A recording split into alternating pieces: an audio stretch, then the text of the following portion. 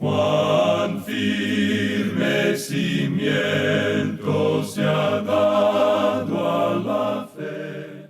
A través de la Biblia, un análisis de la Biblia libro por libro que le ayudará a crecer espiritualmente. Estos estudios fueron diseñados por el Dr. J. Vernon McGee. Acompáñenos en este fascinante recorrido a través de la Biblia. La palabra de Dios. ¿Por qué se amotinan las gentes y los pueblos piensan cosas vanas? Así leemos en el Salmo 2, versículo 1. Bienvenido a través de la Biblia, el programa donde conocemos a Dios en su palabra. Soy su anfitrión, Heiel Ortiz, dándole la bienvenida a bordo del autobús bíblico para otro gran estudio en la palabra de Dios. En el estudio de hoy aprenderemos acerca de una palabra de advertencia y una palabra de cortejo. Y mientras usted encuentra su asiento y se pone cómodo, comparto una carta de uno de nuestros oyentes, un testimonio de un oyente en Etiopía que nos dice: escucho sus programas a diario y me alimento de la palabra de Dios. Por favor, oren por mí para que sea una luz para los que me rodean. Hay algunos falsos maestros en mi área y uno que algunas personas llaman el profeta. Él está guiando a personas inocentes por el camino equivocado. Les digo a todos los que conozco que si quieren saber la verdad, deben escuchar a Cristo.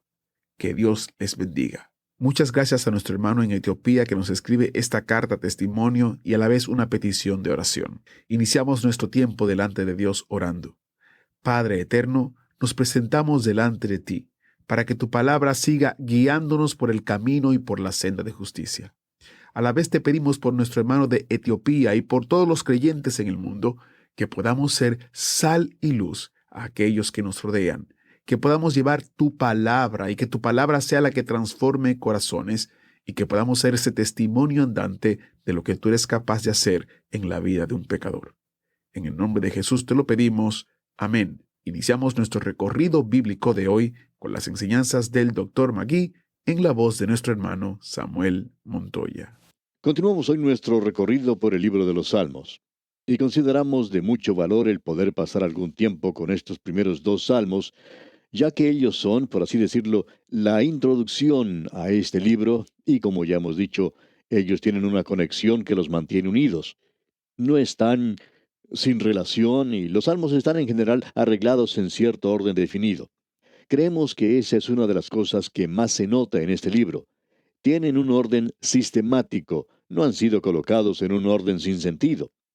En el primer salmo tenemos en realidad al hombre perfecto, al hombre feliz. Lo consideramos un salmo mesiánico, aunque no es citado como tal en el Nuevo Testamento. Ahora, cuando llegamos al Salmo 2, vemos que este es verdaderamente un salmo mesiánico. Así es citado en el Nuevo Testamento. Es citado en unos 7 lugares diferentes en el Nuevo Testamento, y uno puede encontrar citas de este salmo en el libro de los Hechos de los Apóstoles, capítulo 4, también en el capítulo 13 del mismo libro de los Hechos, allá en la epístola a los Hebreos, capítulo 1, y referencias al salmo en el libro de Apocalipsis, capítulos 2, 12 y 19. Esas son 7 referencias bien definidas en el Nuevo Testamento a este Salmo 2. Así es que lo podemos llamar en verdad un salmo mesiánico. Es uno de los 16 salmos que son verdaderamente mesiánicos. Pero como ya hemos indicado anteriormente, creemos que todos los salmos hablan de él. Este libro de Salmos es en realidad un himnario y todo es acerca de Cristo. Así es que en el Salmo 1 tenemos al hombre perfecto, al hombre feliz. Pero en el Salmo 2 tenemos al hombre en rebelión. Vemos a toda la humanidad en rebelión contra Dios. Qué cuadro del libro de Génesis el que tenemos, y esta es la sección de Génesis del libro de los Salmos. El hombre fue creado perfecto, el primer Adán en el jardín de Edén. ¿Y qué ocurrió? Él se convirtió en un hombre rebelde, huyó de Dios. Ya no busca a Dios, sino que trata de apartarse de Él. No tiene capacidad para Él. Vemos ahora que los hijos de Adán, la humanidad, si se nos permite, se encuentra en este Salmo 2. El Salmo 2 ha sido llamado el drama de las edades. No solo ha sido llamado eso, sino que contiene una declaración decisiva en cuanto al resultado de los hechos y las fuerzas que están en operación en la actualidad en el mundo. Este salmo está separado aquí no tanto como uno separaría un drama o una representación teatral, sino como un programa de televisión. Aquí uno tiene una cámara en la tierra y otra cámara de televisión en el cielo. Eso es algo bastante dramático, ¿verdad? Porque en nuestros propios días hemos podido apreciar una cámara de televisión en la luna. Pudimos ver fotos de la luna y eso es algo muy emocionante. Y también pudimos apreciar algunas fotos enviadas desde el planeta Marte por un artefacto mecánico que aparentemente está rotando alrededor de ese planeta. Eso también es muy emocionante. Pero aquí tenemos una cámara de televisión en la Tierra y otra en el cielo, y el programa se desarrolla de la siguiente manera. En primer lugar, tenemos que el hombre, la humanidad, se presenta ante la cámara y entonces podemos observar lo que ocurre a través de la cámara de televisión que está en la Tierra. Tenemos a este pequeño hombre representando su parte, como Shakespeare lo dijo, pequeño hombre que se pavonea en su diminuta actuación en el estrado de la vida y luego desaparece. Aún las personas no permanecen aquí por mucho tiempo. 70 años es aparentemente un buen lapso para cualquier persona en este mundo. Y en realidad la humanidad no ha estado en este mundo, en esta tierra, por mucho tiempo. La humanidad es, podríamos decir, algo que ha llegado un poco tarde a la escena. El hombre realiza su pequeña representación y la cámara de televisión en la tierra se apaga. Se enciende ahora la cámara de televisión en el cielo, y Dios el Padre tiene algo que decir. Luego la cámara se mueve hacia la derecha de Dios y allí enfoca al Hijo de Dios, quien también dice algo. Luego la cámara de televisión en los cielos se apaga y se enciende una vez más la cámara en la tierra. Y la última palabra es dada de parte de Dios por el Espíritu Santo en la tierra. Y Él da una palabra de advertencia y de llamado a la humanidad aquí en este mundo. Ahora, con esto en mente, miremos este programa de televisión. Se enciende la cámara de televisión en la tierra y la humanidad está en escena y es hora para que la humanidad represente su parte. Ahora, ¿llegará la humanidad a ser una persona noble en su relación con Dios? Bueno, observemos. Leamos el primer versículo de este Salmo 2. ¿Por qué se amotinan las gentes y los pueblos piensan cosas vanas? Vemos aquí que las naciones del mundo se reúnen y sus gentes, las multitudes, se están congregando y ellos piensan cosas vanas. En realidad esta palabra vano quiere decir vacío. Cualquier cosa que los haya reunido a ellos en este gran movimiento de protesta nunca llegará a cumplirse. Está completamente vacío. Todo es producto de un sueño que nunca será realidad. Pues bien, veamos lo que es. Veamos el versículo 2 en su primera parte. Se levantarán los reyes de la tierra y príncipes consultarán unidos. Ahora este es un movimiento de protesta bastante diferente. No es producto de algún grupo minoritario, sino que proviene de un grupo ya establecido. Aquí se encuentran los reyes, los gobernantes políticos y los príncipes que aquí se menciona son los guías religiosos. Todos ellos aquí están unidos al unirse la política, la iglesia y la religión. Ahora, ¿qué es lo que los reúne a ellos en esta ira y furor tan grandes y esta cosa vacía? Pues lo alarmante es que se reúnen contra Jehová el Señor y contra su ungido. Ahora ellos están unidos contra Jehová y contra el Mesías porque esa es la palabra que utilizada. Y esa palabra Mesías, que se llevó al Nuevo Testamento en el griego, es Cristas. Y nos llega en nuestro idioma castellano como Cristo. Aquí pues tenemos un movimiento mundial contra Dios y contra Cristo. La pregunta siempre ha sido, ¿cuándo comenzó este movimiento? Pues bien, este movimiento comenzó hace más de 2000 años, se nos dice allá en el capítulo 4 del libro de los Hechos de los Apóstoles. Allí se nos dice de la primera persecución que sufrió la iglesia, y cuando los apóstoles fueron liberados, ellos regresaron a la iglesia, y la iglesia elevó entonces su voz y dio gracias a Dios, y luego mencionaron este salmo, que por boca de David tu siervo dijiste, ¿por qué se amotinan las gentes y los pueblos piensan cosas vanas? Se reunieron los reyes de la tierra y los príncipes se juntaron en uno contra el Señor y contra su Cristo. Ahora, ¿cuándo comenzó todo esto? Bien, no se nos deja que utilicemos nuestra imaginación en esto. El Espíritu de Dios nos da la interpretación, y aquí la tenemos en el capítulo 4 del libro de los Hechos de los Apóstoles, versículo 27. Leamos. Porque verdaderamente se unieron en esta ciudad contra tu santo Hijo Jesús, a quien ungiste, Herodes y Poncio Pilato, con los gentiles y el pueblo de Israel. Aquí vemos a los gentiles con sus guías, su religión con sus guías y los gobernantes políticos y religiosos, todos reuniéndose contra Dios y contra Cristo. Ahora esto es algo que parece increíble y alguien quizá diga, bueno, es algo difícil para mí creer eso en este momento. Yo no creo que el mundo esté contra Cristo. Bueno, observemos esto, amigo oyente. Este movimiento comenzó cuando Herodes y Poncio Pilato se hicieron amigos y por primera vez los gobernantes religiosos y Pilato se pusieron de acuerdo y Jesucristo fue clavado en una cruz. Eso inició el movimiento que creció de tal manera que llegó a nosotros a través de los siglos y que finalmente culminará en un poderoso crescendo sobre esta tierra, una rebelión gigantesca de todo el mundo contra Dios y contra Cristo. Muchos de nosotros creemos que encontrará su punto final durante el tiempo de la gran tribulación, después que la iglesia haya sido llevada, quitada de este mundo. Y eso es un poco difícil de creer para la gente en la actualidad. Nosotros podemos decir, gracias a la información que tenemos en este libro, de la dirección que está siguiendo este mundo, que debemos utilizar muchos detalles aquí para aclarar todo esto. Pero quisiéramos añadir aquí que el mundo en la actualidad no está opuesto a un Cristo, a un Jesús liberal.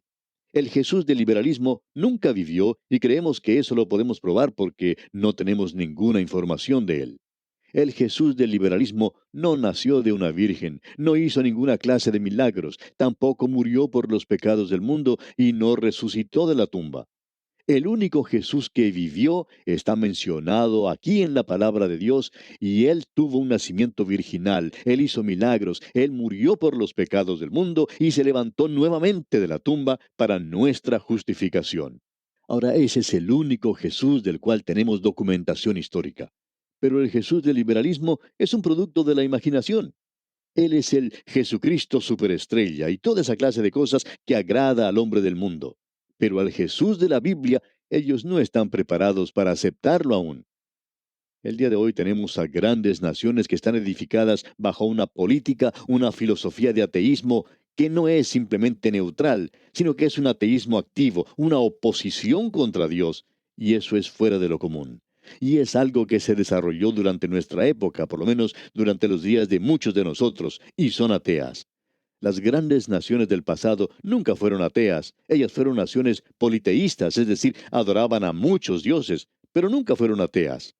Existe ahora una oposición activa contra Dios y contra Cristo. Ahora usted me pregunta, ¿y cómo es eso? ¿Cómo lo podemos demostrar? Bueno, aquí lo tenemos. Leamos el versículo 3 de este Salmo 2. Rompamos sus ligaduras y echemos de nosotros sus cuerdas. Bien, Dios ha puesto ciertas ligaduras sobre la humanidad. Quisiéramos mencionar algunas de ellas.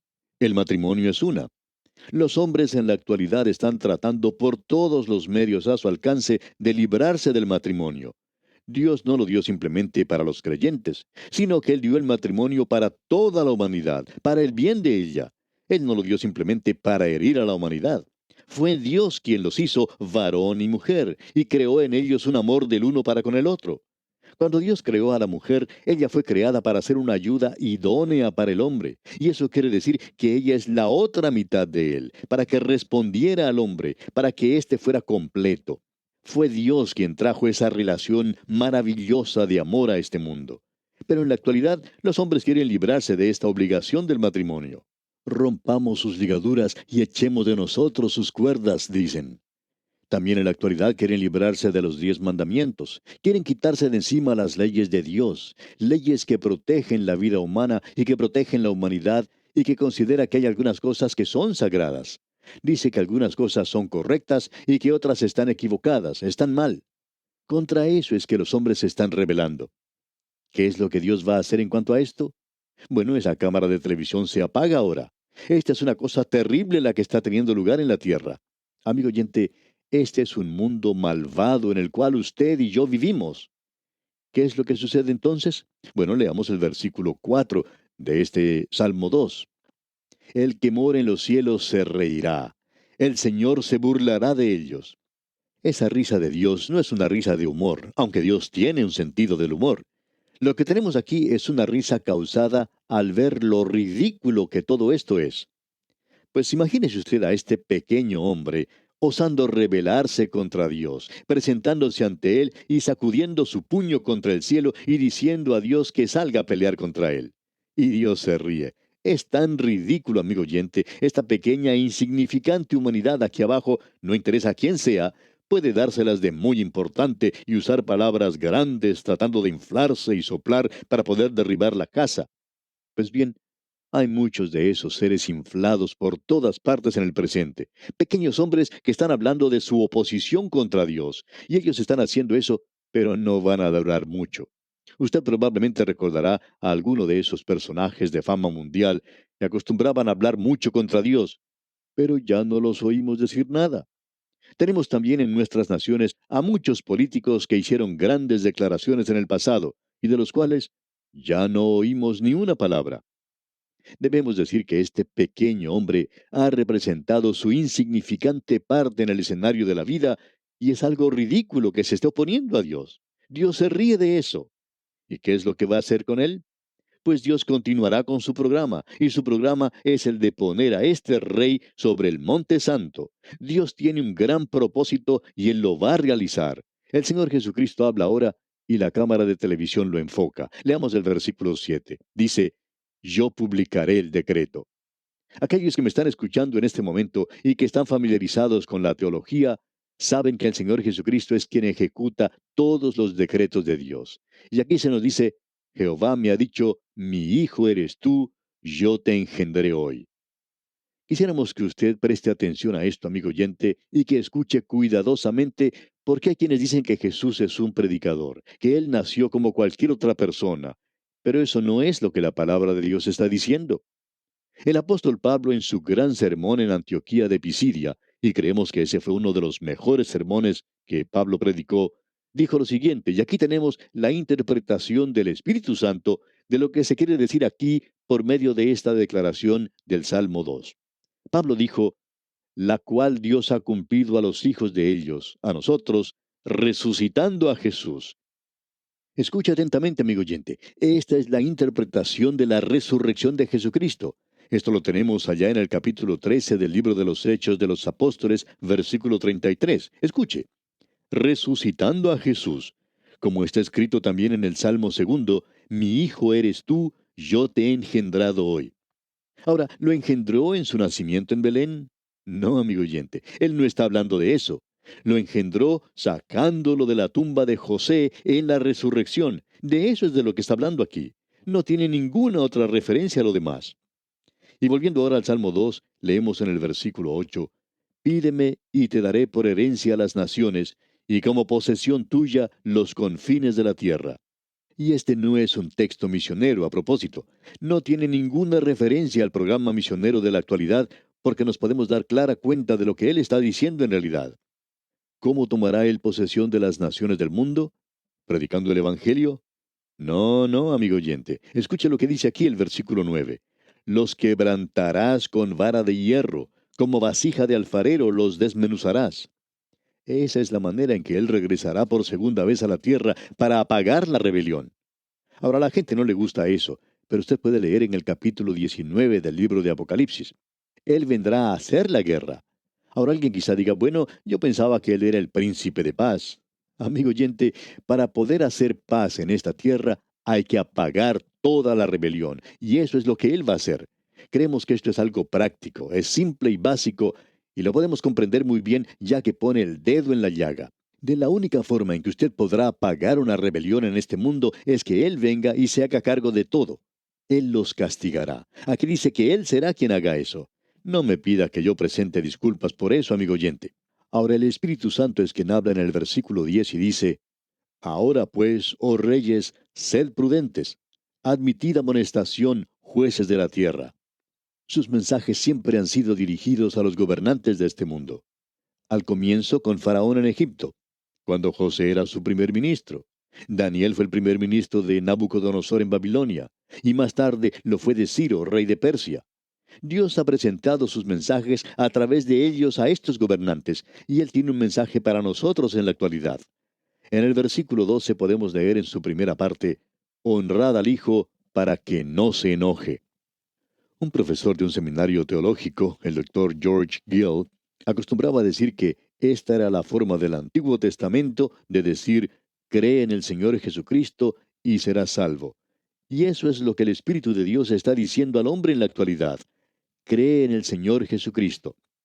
Usted recuerda que alguien vino y lo adoró y le dio un beso al Señor Jesús aquí en la tierra. Fue Judas. Y usted recuerda que aún en el último momento el Señor Jesucristo le dijo, amigo, ¿a qué vienes? Él le podía decir a Judas, tú has cumplido con la profecía. Quizá has sido predestinado a traicionarme, pero no has sido predestinado a perderte. Aún te puedo llamar mi amigo, y tú puedes cambiar ese beso de traición por un beso de recepción. En el versículo 12 de este Salmo 2 leemos, honrad al Hijo para que no se enoje y perezcáis en el camino, pues se inflama de pronto su ira. Bienaventurados todos los que en Él confían. Usted puede poner su confianza en Él, amigo oyente. Eso nos indica que usted tiene algo que hacer con el Señor Jesucristo, no importa quién sea usted. O usted viene a Él y le recibe como su Salvador, o algún día usted tendrá que presentarse ante Él en su presencia para ser juzgado. Él o bien es su Salvador, o bien será su juez. No puede ser ambos. Él tiene que ser uno solo. Usted lo puede tener hoy como su Salvador. El Espíritu Santo en este mismo momento le está diciendo a usted, honrad al Hijo, cree en el Señor Jesucristo y será salvo. Y aún se pronuncian estas palabras, bienaventurados todos los que en Él confían. Este es un plan maravilloso, amigo oyente. Tiene su mirada puesta en la segunda venida de Cristo y también mira hacia el pasado y observa la primera llegada de Cristo. Dios le levantó a Él de entre los muertos y Él está sentado hoy a la diestra de Dios y algún día vendrá a establecer su reino. Este es un salmo maravilloso. Amigo oyente, estamos ya al final de este programa, pero no deseamos concluir sin antes invitarle una vez más a que usted tome el paso decisivo de aceptar en este momento a Cristo Jesús como su Salvador personal. El Señor Jesucristo está esperándole con los brazos abiertos. Él desea darle la salvación. Él ya ha tomado el paso inicial, pero usted tiene que tomar el paso decisivo. Usted tiene que acudir a Él. Usted tiene que acercarse a Él y decirle, Señor, ven a mi corazón, entra en Él, sálvame. Hágalo ahora, amigo oyente. Acuda al Señor Jesucristo y puedo asegurarle que no se verá defraudado. Ábrale hoy las puertas de su corazón y sea salvo por toda la eternidad. Dios le ayude a hacerlo. Y así concluimos nuestro estudio de este Salmo 2. Dios mediante, en nuestro próximo programa, continuaremos nuestro recorrido por este libro de los Salmos y vamos a observar lo que nos dice el Salmo 3. Le invitamos pues a que nos acompañe. Será pues hasta entonces, amigo oyente, que Cristo sea desde hoy su amado Salvador, es nuestra ferviente oración. Agradecemos que nos acompañara en el estudio de hoy. Le invitamos a que visite nuestro sitio en internet a través de la biblia.org. Ahí puede suscribirse para recibir las notas y bosquejos de lo que estamos estudiando y noticias del ministerio. También encontrará la variedad de libros y materiales gratuitos que tenemos para usted. El sitio es a través de la biblia.org. Todo lo que hacemos es posible gracias al Señor y a personas como usted que se unen a nosotros en la obra de llevar la palabra entera al mundo entero. A través de la Biblia es una producción de Radio Transmundial.